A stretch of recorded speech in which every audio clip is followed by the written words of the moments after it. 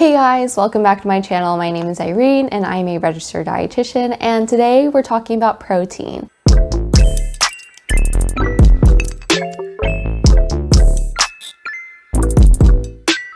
So recently in my practice, I have started to kind of question how much protein do we actually need? So I know that we have recommended daily allowances or RDAs, but a lot of scientists believe that that's like really the bare minimum and it's not an adequate amount of protein to consume, especially if you're like an active, healthy adult. So basically what the RDA is and what it was developed for is to meet the bare minimum protein in order to prevent loss of body nitrogen. So our body regularly excretes nitrogen. That's just a regular process. And nitrogen is a really important element in a lot of different molecules, including ATP, DNA, RNA, amino acids, and a bunch of other ones as well. So these molecules are extremely important for our body to function, in case you don't know that already. And our bodies cannot make nitrogen, so we really rely on consumption of nitrogen in the form of protein in order to make up for these losses that our body just naturally like excretes. So the RDA is basically this bare minimum for net zero, so replacing all the nitrogen that we lost. But how much protein do we need for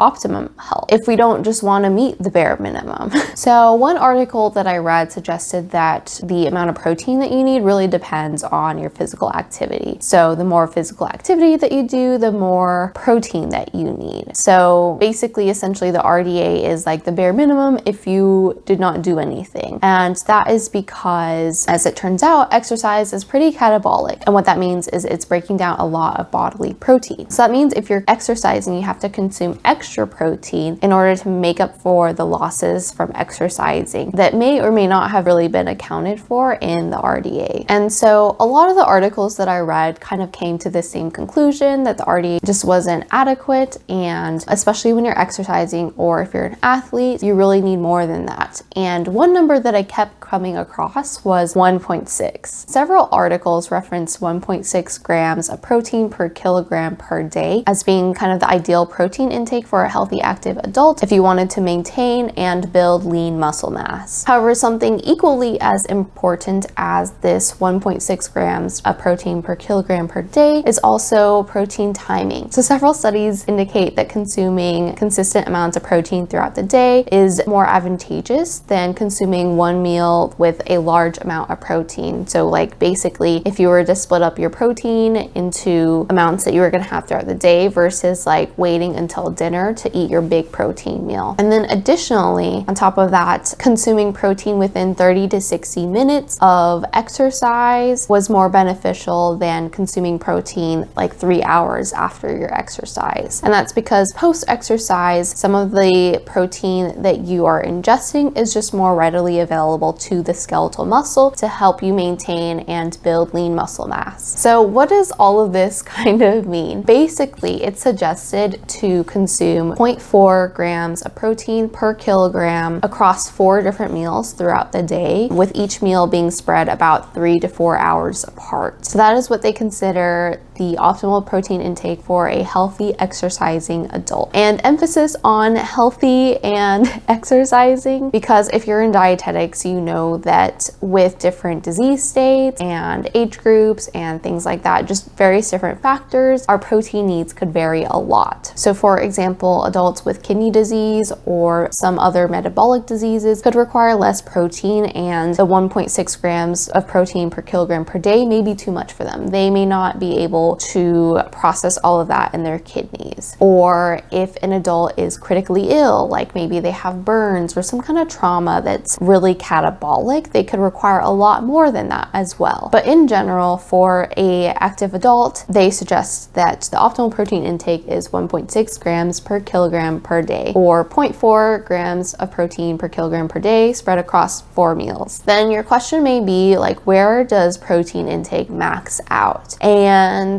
there's not really a clear answer to this. Lots of different studies have suggested different numbers, but generally the ballpark consensus is 3.5 grams of protein per kilogram per day, or anything above that is kind of the maximum. Obviously, it may vary a little bit from individual to individual, and if you are, training like crazy, you may need to be on that higher end of protein intake, and that could be okay for you. But this kind of seems to be the threshold where it can start to cause problems, whether it's like GI problems, or your kidneys and your liver aren't able to handle that much, or you may start to see things like hyperammonemia, which is like a buildup of ammonia in the body, hyperaminoacidemia, which is a buildup of amino acids in the body. And so these are definitely huge issues that you could be hospitalized for. So it is important to make sure that while you're consuming enough protein, that you don't over consume it as well, because I feel like anything in excess is just, it's not good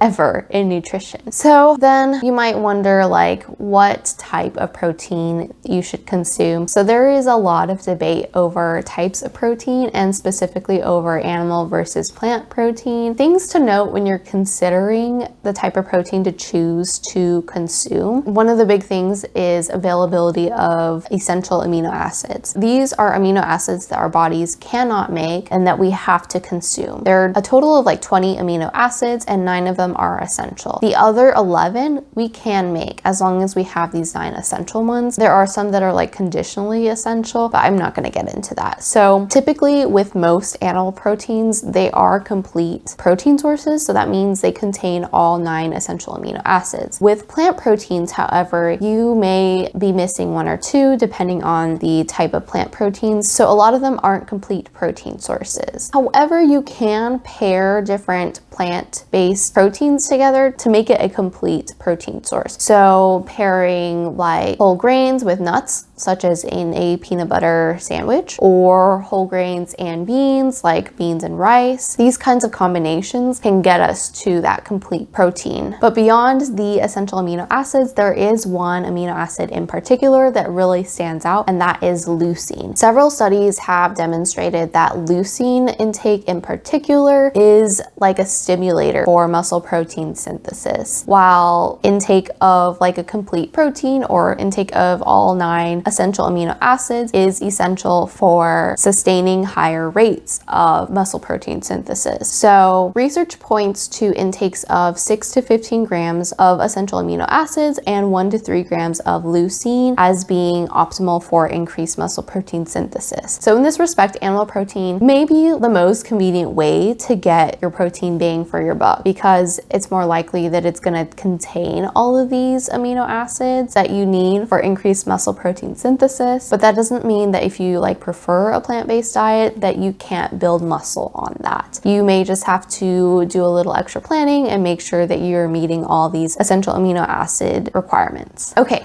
So bringing it back to my practice in peds, this is kind of where it started. I was not able to find any really clear information on protein intake or optimal protein intake for children. There's just kind of not a whole ton of research on children in general, and kids are also always growing so quickly. We do have the RDA for children as well, and it is higher than it is for adults, and it decreases as we get older. There are guidelines put out by Aspen that recommend a minimum of 1.5 grams per kilogram per day in critically ill pediatric patients, with amounts higher than this being shown to help prevent negative protein balances. However, not all of my kiddos in the hospital are critically ill, so it seems like for now, I feel like the best guidance that we have, unfortunately, is the RDA. I find that most of my kiddos meet above the RDA, especially if they're tube fed. Not really sure about my PO feeders, because it's just really hard to get a accurate history of what their protein intake is like, especially in the inpatient setting. But I do know that with my tube feeders, they are typically meeting above the RDA. There are some instances in which I have kids with super low needs, and just based off of the caloric needs, they're not able to meet the RDA with regular formula. So we do add protein modulars to it to help meet the RDA, and that's like our bare minimum. But in terms of upper tolerable intake for protein in children, it seems to be kind of in the ballpark of 4.5 grams of protein per kilogram per day or higher. And this comes from the upper tolerable limit being about 2 to 3 times the RDA for protein. But typically I feel like when my kiddos get up to like 4 grams of protein per kilogram per day or around that range, and this is like consistent with what my coworkers feel as well, I get like a little nervous and maybe we start thinking about changing formulas, something that's like a little bit lower, just because they are small and they also have small kidneys as well. So I hope that you enjoyed this little survey of the science. This is by no means like a literary review, just some of the findings that I found when I was looking into this topic for my own knowledge. But if there is a nutrition topic that you would like to learn a little bit more about, let me know in the comments below. Don't forget to subscribe and hit the like button if you enjoyed this video, and I'll see you next time.